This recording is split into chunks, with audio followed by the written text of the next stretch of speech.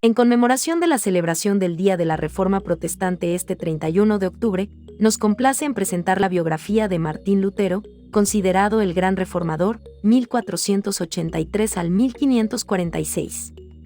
Juan Hus dijo en la cárcel, cuando fue sentenciado por el Papa a ser quemado vivo, pueden matar el ganso, esto debido a que en su lengua, Hus quiere decir ganso, pero dentro de 100 años aparecerá un cisne que no podrán quemar. Mientras caía la nieve y el viento helado aullaba como una fiera alrededor de la casa, nació ese cisne en Eisleben, Alemania. Al día siguiente el recién nacido fue bautizado en la iglesia de San Pedro y San Pablo, y como era ese el día de San Martín, el pequeño recibió el nombre de Martín Lutero. 102 años después de que Juan Hus expirara en la hoguera, el cisne fijó en la puerta de la iglesia de Wittenberg sus 95 tesis contra la venta de indulgencias, hecho que dio origen a la Gran Reforma. Juan Hus se equivocó en solo 2 años en su predicción. Para dar el debido valor a la obra de Martín Lutero, es necesario recordar el obscurantismo y la confusión que reinaban en la época en que él nació. Se calcula que por lo menos 1 millón de albigenses habían sido muertos en Francia en cumplimiento de una orden del Papa, de que esos herejes, que sustentaban la palabra de Dios, fuesen cruelmente exterminados. Wycliffe, la estrella del alba de la Reforma, había traducido la Biblia a la lengua inglesa. Juan Hus, discípulo de Wycliffe, había muerto en la hoguera en Bohemia suplicando al Señor que perdonase a sus perseguidores. Jerónimo de Praga, compañero de Hus y también un erudito, había sufrido el mismo suplicio, cantando himnos en las llamas hasta que exhaló su último suspiro. Juan Wessel, un notable predicador de Erfurt, había sido encarcelado por enseñar que la salvación se obtiene por gracia. Aprisionaron su frágil cuerpo entre hierros, donde murió 4 años antes del nacimiento de Lutero. En Italia, 15 años después del nacimiento de Lutero, Savonarola, un hombre dedicado a Dios y fiel predicador de la palabra, fue ahorcado y su cuerpo fue reducido a cenizas, por orden de la Iglesia. Fue en tal época que nació Martín Lutero. Como muchos de los hombres más célebres, pertenecía a una familia pobre. Él acostumbraba decir: soy hijo de campesinos, mi padre, mi abuelo y mi bisabuelo fueron verdaderos campesinos. Luego añadía: tenemos tanta razón para vanagloriarnos de nuestra ascendencia, como tiene el diablo para enorgullecerse de su linaje angelical. Los padres de Martín tuvieron que trabajar incansablemente para poder vestir, alimentar y educar a sus 7 hijos. El padre trabajaba en las minas de cobre, y la madre, además de atender a sus quehaceres domésticos, transportaba leña sobre sus espaldas desde el bosque. Sus padres no solamente se interesaban por el desarrollo físico e intelectual de sus hijos, sino también por su desenvolvimiento espiritual. Cuando Martín tuvo uso de razón, su padre le enseñó a arrodillarse al lado de su cama, por las noches antes de acostarse, y rogaba a Dios que hiciese que el niño recordara el nombre de su Creador. Eclesiastés 12 verso 1.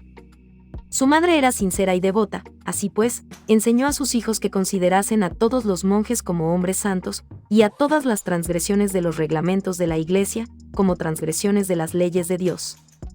Martín aprendió los 10 mandamientos y el Padre Nuestro, a respetar la Santa Sede en la distante y sagrada Roma, y a mirar reverentemente cualquier hueso o fragmento de ropa que hubiese pertenecido a algún santo.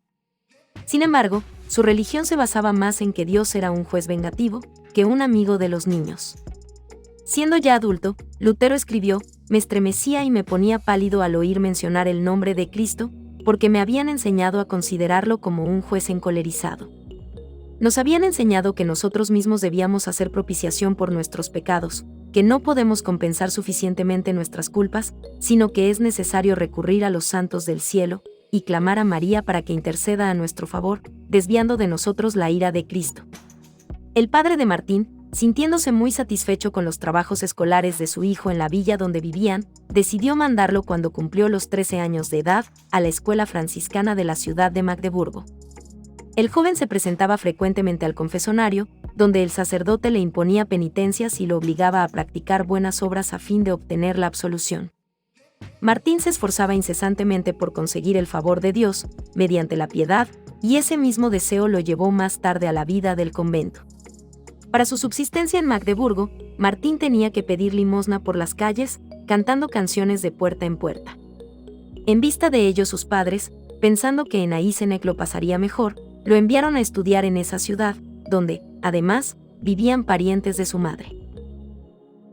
No obstante, esos parientes no le prestaron ninguna ayuda, y el joven tuvo que seguir pidiendo limosna para poder comer.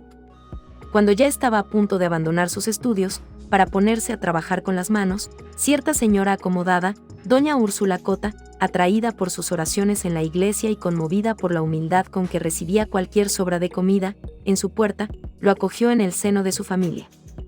Por vez primera Lutero conoció lo que era la abundancia. Años más tarde él se refirió a la ciudad de Eisenach como la ciudad bien amada. Cuando Lutero se hizo famoso, uno de los hijos de la familia Cota fue a cursar sus estudios en Wittenberg, donde Lutero lo recibió en su casa. Cuando vivió en la casa de doña Úrsula, su afectuosa madre adoptiva, Martín hizo progresos muy rápidos, recibiendo una sólida educación. Su maestro, Juan Trebunius, era un hombre culto y de método esmerado. No maltrataba a sus alumnos como lo hacían los demás maestros. Se cuenta que, al encontrarse con los muchachos de su escuela, los saludaba quitándose el sombrero, porque nadie sabía si entre ellos había futuros doctores, regentes, cancilleres o reyes. Para Martín, el ambiente de la escuela y del hogar le fue favorable para formar un carácter fuerte e inquebrantable, tan necesario para enfrentar a los más temibles enemigos de Dios. Martín Lutero era más sobrio y devoto que los demás muchachos de su edad. Refiriéndose a ese hecho, doña Úrsula dijo, a la hora de su muerte, que Dios había bendecido su hogar grandemente desde el día en que Lutero entró a su casa.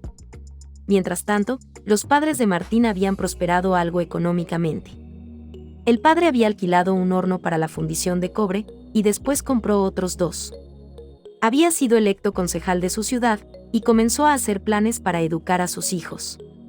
Sin embargo, Martín nunca se avergonzó de los días de sus pruebas y de su miseria, al contrario, los consideraba como la mano de Dios, que lo había guiado dirigiéndolo y preparándolo para su gran obra. Nadie puede, en la edad madura, encarar seriamente y con ahínco las vicisitudes de la vida, si no aprende por experiencias mientras es joven. A los 18 años, Martín deseaba estudiar en una universidad.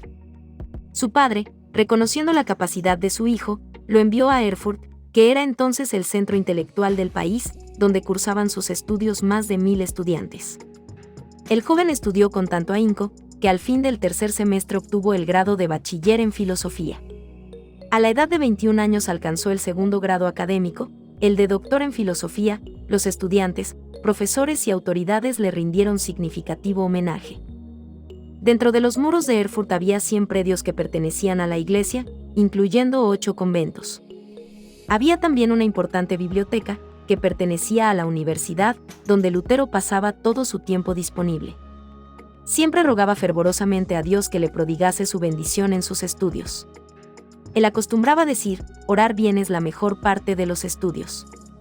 Sobre él, escribió cierto colega, cada mañana él precede sus estudios con una visita a la iglesia y con una oración a Dios. Su padre, deseando que Martín llegara a ser abogado y se volviese célebre, le compró el Corpus Juris, que es gran obra de jurisprudencia muy costosa. Sin embargo, el alma de Lutero deseaba ardientemente a Dios, por encima de todas las cosas. Varios acontecimientos influyeron en Lutero induciéndolo a entrar a la vida monástica, decisión esa que llenó de profunda tristeza a su padre y horrorizó a sus compañeros de la universidad. Primero, en la biblioteca se encontró con el maravilloso libro de los libros, la Biblia completa, en latín.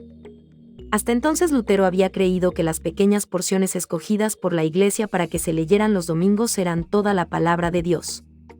Después de leer la Biblia durante un largo rato, exclamó, «Oh, si la providencia me diese un libro como este, solo para mí».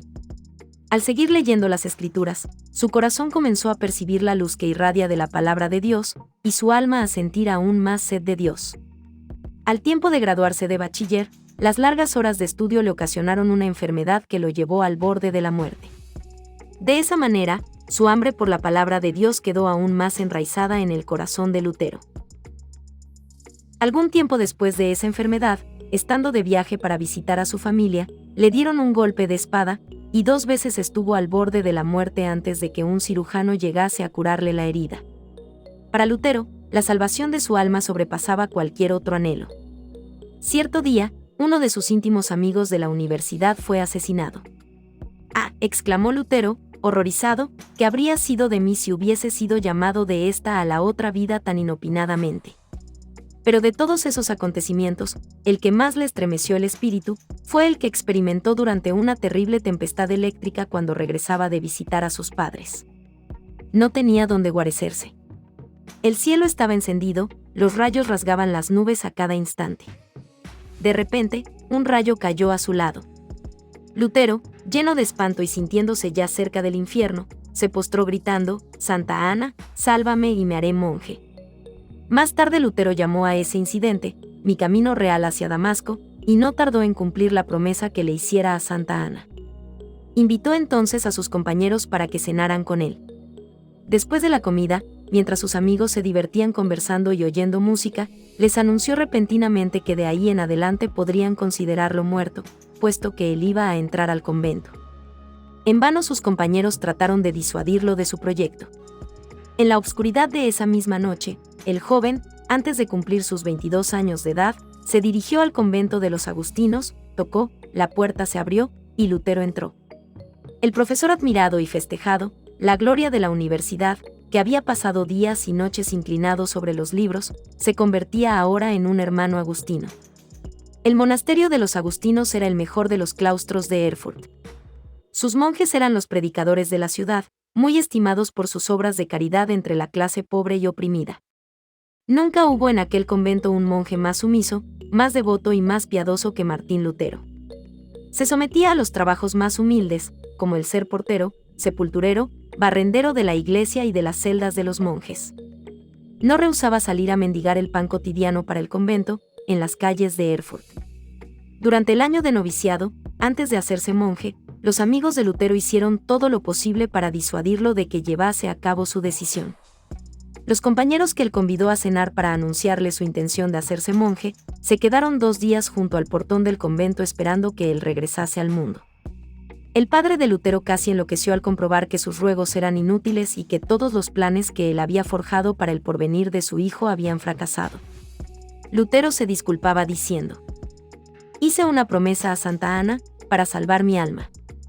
Entré al convento y acepté ese estado espiritual solamente para servir a Dios y agradarle durante la eternidad». Sin embargo, demasiadas ilusiones se había hecho Lutero. Después de procurar crucificar la carne con ayunos prolongados, imponiéndose las más severas privaciones, y realizando un sinnúmero de vigilias, halló que, encerrado en su celda, todavía tenía que luchar contra los malos pensamientos. Su alma clamaba: «Dadme santidad o muero por toda la eternidad, llevadme al río de aguas puras y no a estos manantiales de aguas contaminadas, conducime a las aguas de vida que salen del trono de Dios». Cierto día Lutero encontró en la biblioteca del convento una vieja Biblia en latín, agarrada a la mesa por una cadena. Para él, esta fue un tesoro infinitamente mejor que todos los tesoros literarios del convento. Estuvo tan embebecido leyéndola, que durante semanas enteras dejó de repetir las oraciones diurnas de la orden. Luego, despertado por la voz de su conciencia, Lutero se arrepintió de su negligencia, era tal su remordimiento que no podía dormir.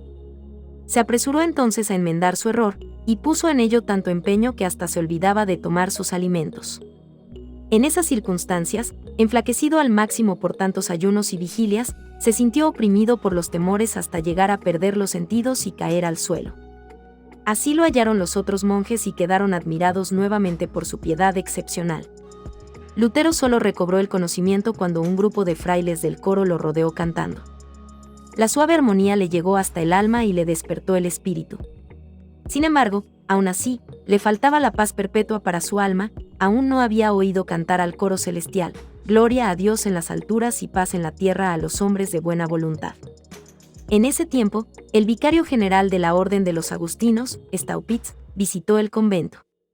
Era un hombre de gran discernimiento y devoción profunda, comprendió inmediatamente el problema del joven monje, y le ofreció una Biblia en la cual éste leyó: «El justo vivirá por fe».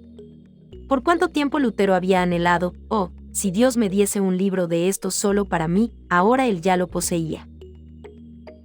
En la lectura de la Biblia encontró un gran consuelo, pero la obra no podía completarse en un día. Quedó entonces más resuelto que nunca a alcanzar la paz para su alma en la vida monástica, ayunando y pasando noches enteras sin dormir. Estando gravemente enfermo exclamó: «Mis pecados. Mis pecados».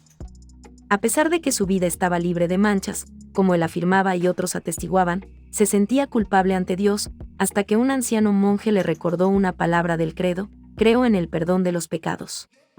Vio entonces que Dios no solamente había perdonado los pecados de Daniel y de Simón Pedro, sino también los suyos. Poco tiempo después de esos acontecimientos, Lutero se ordenó de sacerdote. La primera misa que celebró fue un gran suceso. Su padre, que no lo había perdonado desde el día en que él había abandonado sus estudios de jurisprudencia hasta ese momento, asistió a la primera misa, después de viajar a caballo desde Mansfield acompañado por 25 amigos, y trayendo un buen donativo para el convento. Después que cumplió los 25 años de edad, Lutero fue designado para la cátedra de filosofía de Wittenberg, a donde se mudó para vivir en el convento de su orden. Sin embargo, su alma tenía ansias de la palabra de Dios y del conocimiento de Cristo. En medio de las ocupaciones que le imponía su cátedra de filosofía, se dedicó al estudio de las Escrituras, y en ese primer año obtuvo el título de bachiller en Biblia.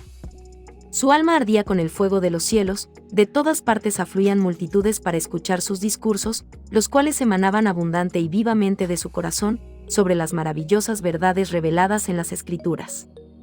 Uno de los más famosos profesores de Leipzig, conocido como la luz del mundo, dijo: este fraile avergonzará a todos los doctores, pregonará una doctrina nueva y reformará toda la Iglesia, porque él se basa en la palabra de Cristo.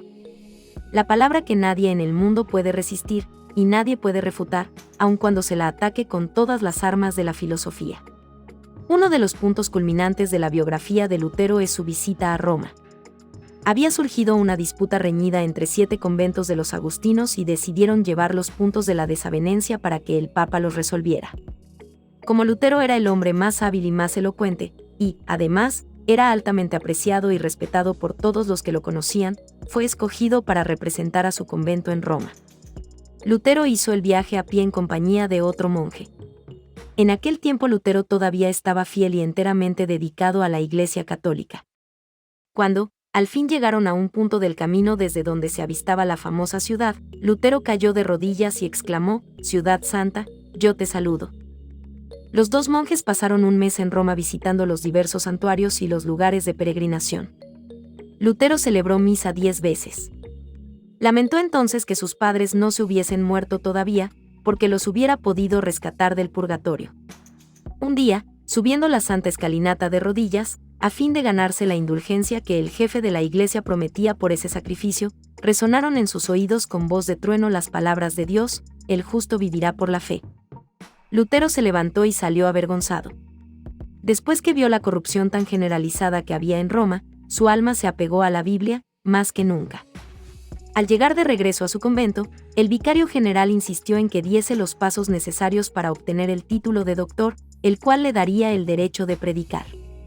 Sin embargo, reconociendo Lutero la enorme responsabilidad que eso le acarrearía ante Dios y no queriendo ceder, dijo: no es de poca importancia que el hombre hable en lugar de Dios. Ah, señor doctor, al pedirme que lo haga, me quitáis la vida, no resistiré más de 3 meses. El vicario general le respondió: no importa. Que así sea, en nombre de Dios, puesto que Dios también necesita en los cielos a hombres consagrados e inteligentes. Ya elevado a la dignidad de doctor en teología, el corazón de Lutero ardía aún más en deseos de profundizar sus conocimientos de las Sagradas Escrituras. Fue entonces nombrado predicador de la ciudad de Wittenberg. Los libros que él estudió y sus márgenes llenos de anotaciones que escribió en letra menuda, sirven a los eruditos de hoy como ejemplo, por la forma cuidadosa y ordenada en que Lutero realizó sus estudios. Él mismo escribió lo siguiente acerca de la gran transformación que experimentó su vida en ese tiempo: deseando ardientemente comprender las palabras de Pablo, comencé a estudiar su epístola a los romanos. Sin embargo, noté que en el primer capítulo consta que la justicia de Dios se revela en el Evangelio. Yo detestaba las palabras, la justicia de Dios, porque conforme me enseñaron, yo la consideraba como un atributo del Dios Santo, que lo lleva a castigar a los pecadores.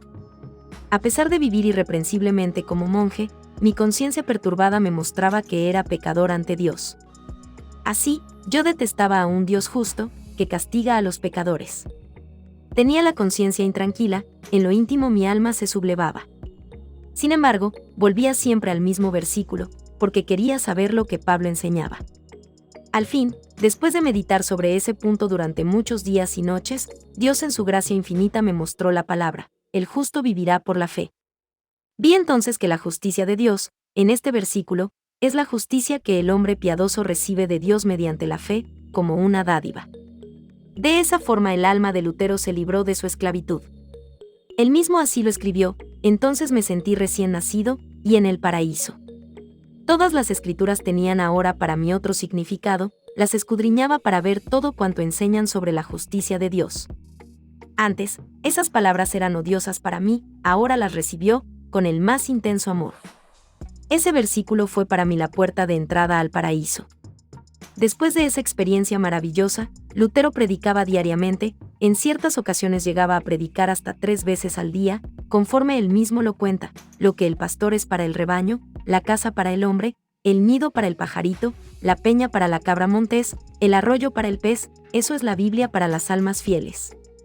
Por fin, la luz del Evangelio rasgó las tinieblas en que vivía, y el alma de Lutero ardía por conducir a sus oyentes hacia el Cordero de Dios, que quita todo el pecado. Lutero hizo que el pueblo considerase la verdadera religión, no como una simple profesión o un sistema de doctrinas, sino como la vida misma en Dios.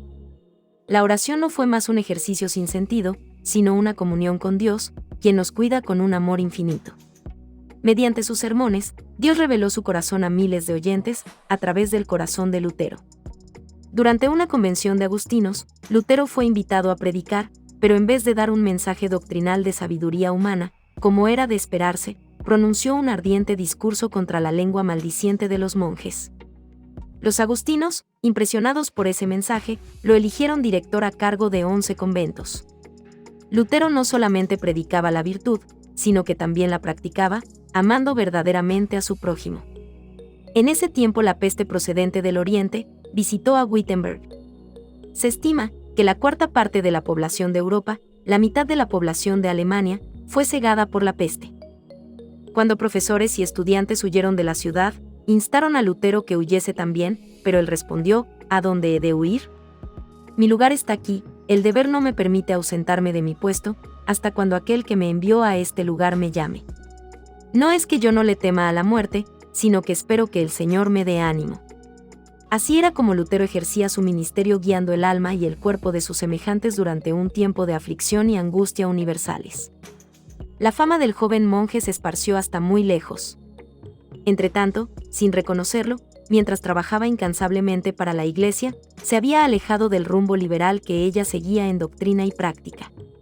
En el mes de octubre de 1517, Lutero fijó a la puerta de la iglesia del castillo de Wittenberg sus 95 tesis, cuyo contenido era que Cristo requiere el arrepentimiento y la tristeza por el pecado cometido, y no la penitencia.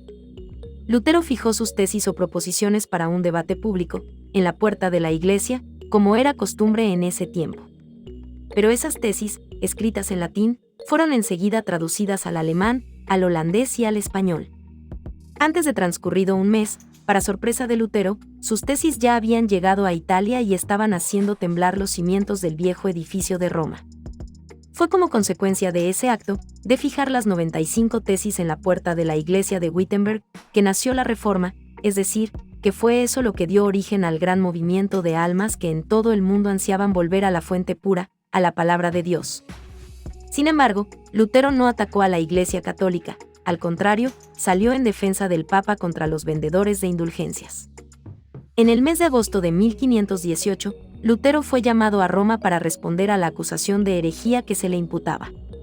No obstante, el elector Federico no consintió que lo sacasen fuera del país, por lo que Lutero fue intimado a presentarse en Augsburgo.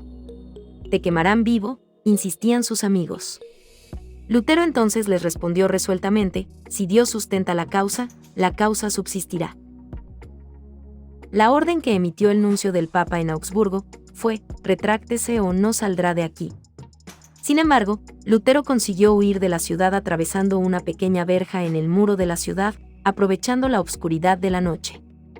Al llegar de nuevo a Wittenberg, un año después de fijar sus tesis, Lutero se había convertido en el personaje más popular de toda Alemania. No existían periódicos en ese tiempo, pero de la pluma de Lutero fluían las respuestas a todos sus críticos, que eran luego publicadas en folletos. lo que Lutero escribió en esa forma, hoy completa 100 volúmenes. Erasmo, el célebre humanista y literato holandés, le escribió a Lutero: sus libros están despertando a todo el país. A los hombres más eminentes de Inglaterra les gustan sus escritos. Cuando la bula de excomunión, enviada por el Papa, llegó a Wittenberg, Lutero respondió con un tratado dirigido al Papa, León X, exhortándolo en el nombre del Señor a que se arrepintiese. La bula del Papa fue quemada fuera del muro de la ciudad de Wittenberg ante una gran multitud. Sobre el particular, Lutero escribió al vicario general: en el momento de quemar la bula, yo estaba temblando y orando, pero ahora estoy satisfecho de haber realizado este enérgico acto. Lutero no esperó a que el Papa lo excomulgase, sino que inmediatamente saltó de la Iglesia de Roma a la Iglesia del Dios vivo. No obstante, el emperador Carlos V, que iba a convocar su primera dieta en la ciudad de Worms, quería que Lutero compareciese para responder, personalmente, a los cargos de sus acusadores. Los amigos de Lutero insistían en que no fuese, alegando: ¿no fue Juan Hus entregado a Roma para ser quemado, a pesar de la garantía de vida dada por el emperador?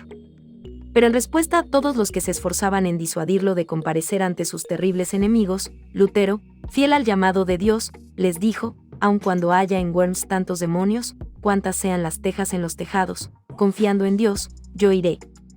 Después de impartir instrucciones acerca de su obra, previendo el caso de que no volviese, él partió. En su viaje a Worms, el pueblo afluyó en masa para conocer al gran hombre que había tenido el coraje de desafiar la autoridad del Papa. En Mora predicó al aire libre, porque en las iglesias ya no cabían las enormes multitudes que querían oír sus sermones. Al avistar las torres de las iglesias de Worms, se levantó en la carroza en que viajaba y cantó su himno, el más famoso de la Reforma: Ein feste Burg, esto es, Castillo fuerte es nuestro Dios. Al entrar por fin a la ciudad, lo acompañaba el pueblo en una multitud mucho mayor que la que había ido a recibir a Carlos V. Al día siguiente lo llevaron ante el emperador, a cuyo lado se encontraban el delegado del Papa, 6 electores del imperio, 25 duques, 8 margraves, 30 cardenales y obispos, 7 embajadores, los diputados de 10 ciudades y un gran número de príncipes, condes y barones. Es fácil imaginar que el reformador fuese un hombre de mucho coraje y de físico vigoroso como para enfrentar tantas fieras que ansiaban despedazarle el cuerpo. Pero la verdad es que él había pasado una gran parte de su vida alejado de los hombres y, sobre todo, se encontraba muy débil por el viaje, durante el cual había tenido necesidad de que lo atendiese un médico. Sin embargo, no perdió su entereza y se mostró valeroso, no en su propia fuerza, sino en el poder de Dios. Sabiendo que tenía que comparecer ante una de las más imponentes asambleas de autoridades religiosas y civiles de todos los tiempos, Lutero pasó la noche anterior en vigilia. Postrado con el rostro en tierra, luchó con Dios llorando y suplicando. Uno de sus amigos lo oyó orar así: «Oh Dios Todopoderoso. La carne es débil, el diablo es fuerte. Ah, Dios, Dios mío. Te pido que estés junto a mí contra la razón y la sabiduría del mundo. Hazlo, pues solamente tú lo puedes hacer. No es mi causa sino la tuya. ¿Qué tengo yo con los grandes de la tierra? Es tu causa, Señor, tu justa y eterna causa. Sálvame, oh Dios fiel. Solamente en ti confío, oh Dios. Dios mío. Ven, estoy dispuesto a dar, como un cordero, mi propia vida. El mundo no conseguirá atar mi conciencia, aun cuando esté lleno de demonios, y si mi cuerpo tiene que ser destruido, mi alma te pertenece, y estará contigo eternamente». Se cuenta que, al día siguiente, cuando Lutero atravesó el umbral del recinto donde comparecería ante la dieta, el veterano general Freudsburg puso la mano en el hombro del reformador y le dijo: «Pequeño monje, vas a enfrentarte a una batalla diferente, que ni yo ni ningún otro capitán jamás hemos experimentado, ni siquiera en nuestras más sangrientas conquistas. Sin embargo, si la causa es justa, y estás convencido de que lo es, avanza en nombre de Dios, y no temas nada, que Dios no te abandonará». El gran general no sabía que Martín Lutero había vencido la batalla en oración y que entraba solamente para declarar que la había ganado a peores enemigos. Cuando el nuncio del Papa exigió a Lutero que se retractase ante la augusta asamblea, él respondió: «Si no me refutareis por el testimonio de las Escrituras o por argumentos, puesto que no creo ni en los papas ni en los concilios, siendo evidente que muchas veces ya se engañaron y se contradijeron entre sí, mi conciencia tiene que acatar la palabra de Dios. No puedo retractarme, ni me retractaré de nada, puesto que no es justo, ni seguro, actuar contra la conciencia. Dios me ayude, amén. Al volver a su aposento, Lutero levantó las manos al cielo y exclamó con el rostro todo iluminado: consumado está. Consumado está. Si yo tuviese 1000 cabezas, soportaría que todas ellas fuesen cortadas antes que retractarme. La ciudad de Worms, al recibir la noticia de la osada respuesta dada por Lutero al nuncio del Papa, se regocijó. Las palabras del reformador se publicaron y difundieron entre el pueblo, que luego concurrió para rendirle el debido homenaje. A pesar de que los papistas no consiguieron con su influencia que el emperador violase el salvoconducto y quemase en una hoguera al llamado hereje, Lutero, sin embargo, tuvo que enfrentar otro grave problema. El edicto de excomunión entró inmediatamente en vigor. Lutero, según la excomunión, era considerado un criminal y, al terminar el plazo de su salvoconducto, tendría que ser entregado al emperador. Todos sus libros debían ser incautados y quemados. El hecho de ayudarlo de cualquier manera que fuese, sería considerado un crimen capital. Pero a Dios le es fácil cuidar de sus hijos. Estando Lutero de regreso a Wittenberg, fue repentinamente rodeado en un bosque por un bando de caballeros enmascarados que, después de despedir a las personas que lo acompañaban, lo condujeron a altas horas de la noche, al castillo de Wartburgo, cerca de Eisenach. Esta fue una estratagema del príncipe de Sajonia para salvar a Lutero de sus enemigos que planeaban asesinarlo antes de que llegase a casa. En el castillo, Lutero pasó muchos meses disfrazado, tomó el nombre de Caballero Jorge, y el mundo lo daba por muerto. Fieles siervos de Dios oraban día y noche. Las palabras del pintor Alberto Durero expresan los sentimientos del pueblo: oh Dios. Si Lutero fuese muerto, ¿quién nos expondría entonces el Evangelio? Sin embargo, en su retiro, libre de sus enemigos, tuvo libertad de escribir, y el mundo comprendió luego, por la gran cantidad de literatura, que esa obra salía de la pluma de Lutero, y que, de hecho, él estaba vivo. El reformador conocía bien el hebreo y el griego, y en 3 meses tradujo todo el Nuevo Testamento al idioma alemán. En unos meses más, la obra, ya impresa, se encontraba en las manos del pueblo. De esa edición se vendieron 100.000 ejemplares en 40 años, además de las 52 ediciones que se imprimieron en otras ciudades. Para aquel tiempo esa era una circulación inmensa, pero Lutero no aceptó un solo centavo por concepto de derechos de autor. La mayor obra de toda su vida fue, sin duda, la de dar al pueblo alemán la Biblia en su propia lengua, después de volver a Wittenberg. Entonces ya había otras traducciones, pero escritas en un alemán latinizado que el pueblo no comprendía. La lengua alemana de aquel tiempo era un conjunto de dialectos, pero al traducir la Biblia, Lutero empleó un lenguaje que fuese comprendido por todos, el mismo que más tarde sirvió a hombres como Goethe y Schiller para que escribiesen sus obras. Su éxito al traducir las Sagradas Escrituras para el uso de los más humildes está confirmado por el hecho de que, aún después de 4 siglos, se considera su traducción como la principal. Otro factor importante que contribuyó al éxito de esa traducción fue que Lutero era un erudito en hebreo y griego, por lo que tradujo directamente de las lenguas originales. No obstante, el valor de su obra no se basa únicamente en sus indiscutibles dotes literarias. Lo que le dio valor fue que Lutero conocía la Biblia como nadie podía conocerla, puesto que él había sentido la angustia eterna y había encontrado en las Escrituras el verdadero y único consuelo. Lutero conocía íntimamente y amaba sinceramente al autor del libro. Como resultado, su corazón se inflamó con el fuego y el poder del Espíritu Santo. Ahí residía el secreto de haber podido traducir todo al idioma alemán en tan poco tiempo. Como es bien sabido, la fortaleza de Lutero y de la Reforma fue la Biblia. Desde Wartburgo él escribió para su pueblo de Wittenberg: jamás en ninguna parte del mundo se escribió un libro más fácil de comprender que la Biblia. Comparado con otros libros, es como el sol en contraste con todas las demás luces. No se dejen inducir por ellos a abandonarla bajo ningún pretexto. Si se alejan de ella por un momento, todo estará perdido, podrán llevarlos a donde quiera que se les antoje. Si permanecen fieles a las Escrituras, serán victoriosos.